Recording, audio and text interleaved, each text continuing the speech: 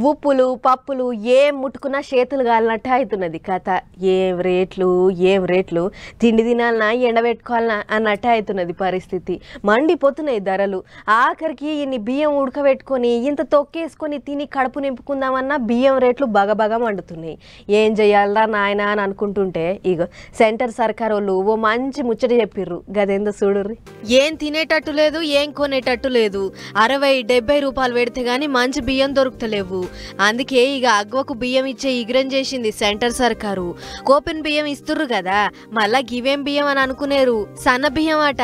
Centre మంత్రి పీయూష్ గోయల్ ఢిల్లీలో షురూ చేసిండు. అగ చూడుర్రి, 5 కిలోలు 10 కిలోల బస్తాలు అమ్ముతారట.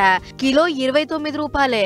తొలతసారి కాబట్టి మొత్తం 5 లక్షల టన్నుల బియ్యం అమ్మనీకే తయారుగా పెట్టిర్రట.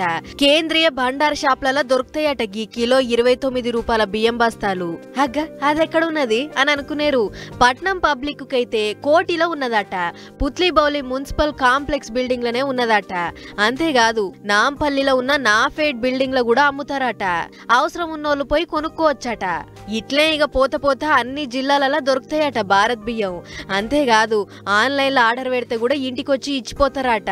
29 రూపాయలకే సన్న బియ్యం అమ్ముతుండ్రంటే నయమే కదా. ఇక ఒక్క బియ్యమే కాదు, ఇప్పటికే శనగపప్పు గోధుమ పిండి కూడా సెంటర్ సర్కార్ వాళ్ళు అగ్వకే అమ్ముతున్నారు. వాటి జతకు బియ్యం కూడా చేరింది. పోత ఇగిన్ని సౌదాలు కూడా అగ్వకే ఇచ్చే ఇగురం చేస్తారట. అసలే బయట మస్తు పిరమైనాయి బియ్యం బస్తాలు. మరి ఇప్పటికైతే భారత్ బియ్యం కావాలనుకునేటోళ్ళు పోయి కొనుక్కోర్రి.